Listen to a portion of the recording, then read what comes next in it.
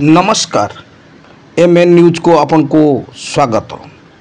कांग्रेस रो वरिष्ठ नेता और पूर्व राज्यसभा सदस्य बीके हरिप्रसाद राष्ट्रीय स्वयंसेवक संघ को भारतीय तालिबान आख्या देइछंती। 15 अगस्त रे प्रधानमंत्री स्वाधीनता दिवस अवसर में लालकिल्लारू तांकर भाषण रे आरएसएस रो प्रशंसा करथिले।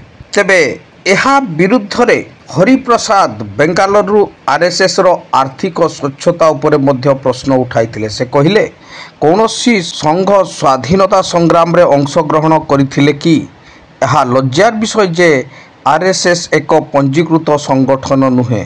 आमे जानि नाहु जे सेमाने केउठारु पांठी पांती। जदि कौनसी एनजीओ देशर काम करबा को चाहती तेबे संविधान अनुसार एहाकु पंजीकृत करबा को पड़िबो। कांग्रेस नेता इतिहास संपर्क में बीजेपी एवं आरएसएस विरुद्ध रे मध्य अभियोग आनिथिले। से कहिथिले जे बंगलार तत्कालीन मुख्यमंत्री ए के फजलुल हक प्रथमे विभाजन प्रस्ताव देइथिले एवं जनसंघर प्रतिष्ठाता श्यामा प्रसाद मुखर्जी मध्य यार सपक्ष रे कहिथिले। से कहिसंती बीजेपी एवं आरएसएस इतिहास को विकृत करिवारे विशेषज्ञ। से माने कांग्रेस को दोष देवा चेष्टा करछंती जेतेबेले जिन्ना एवं सावरकर एक पृथक देश दाबी रे सपक्ष रे थिले।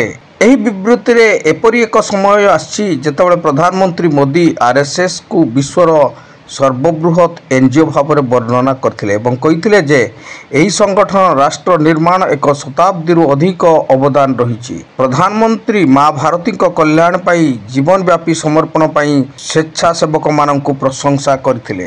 तेबे एही न्यूज़टी रे आपण कमेंट करंतु जे प्रकृत सत्य कौन। तेबे जो माने प्रथमे चैनल को आछंती से माने याकू सब्सक्राइब करंतु एवं लाइक करी शेयर करंतु।